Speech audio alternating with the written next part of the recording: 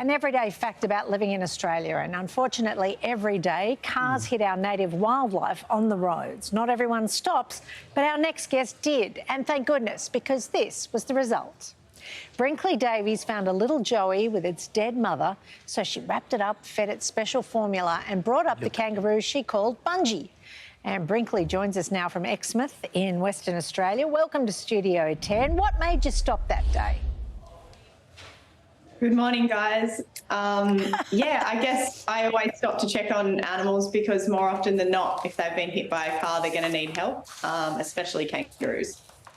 How did you know how to care for Bungie? I wouldn't know what to do, to be honest. I have a background in wildlife care and have been involved in, I guess, animal rescue and wildlife stuff since a young age. But because Bungie was so small, she was a really, really tiny little baby, I had a lot of other wildlife carers to lean on during that time to make sure she was getting the right care, and I was really grateful for that. She looks beautiful. What does Bungie mean? What's the name mean? Bungie means friend or kin. It's actually a local Indigenous word that I learnt from a friend in the Northern Territory. Were you always a warrior for wildlife? Yeah, I mean, I've loved animals so much since a really young age. I think at every opportunity I was trying to rescue something. And it has definitely translated into my adult life. Yeah, unfortunately, a lot of people find themselves in a position where they might have hit a kangaroo. I've certainly seen an awful lot of kangaroos being hit. What do you say to people who think it's no big deal, that we have enough of them? Oh, look at him. Yeah, I think it's a really big misconception.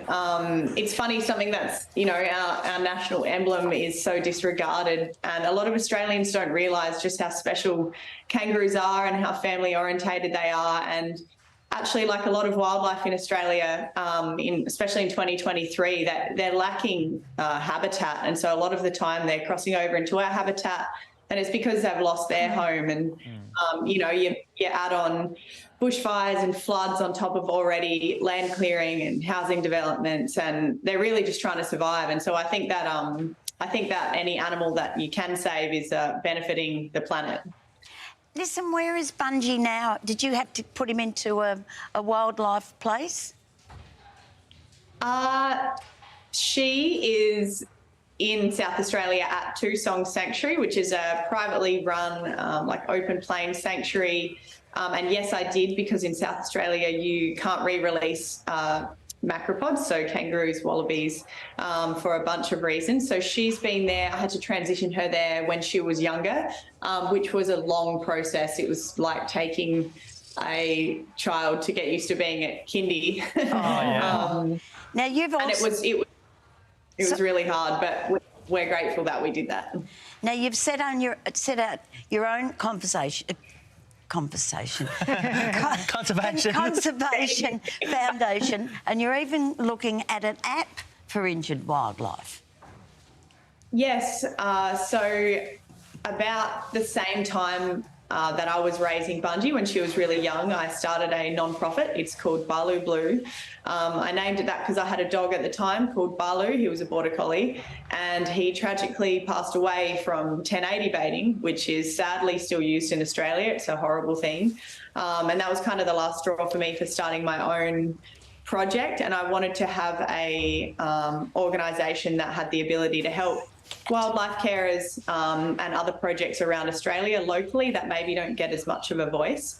And throughout my years in wildlife care and meeting so many amazing carers, I noticed that not everyone is connected, and often the general public doesn't know what to do when they find an animal. And so the goal of our app was to make an easy mobile app for wildlife rescue for all animals. The dog's just getting... You've got cats and dogs. The cat's up the back eating. Yeah. Is that because the food's out of the dog's way?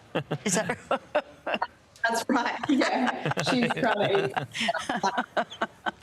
And we really hope to get this app happening in the next year or two. It's very challenging to build a mobile app, but the idea around it is that something that you have on your phone that has the information needed. So if you find anything, you have the guide there knowing what to do to then get it to, say, another wildlife carer or a vet.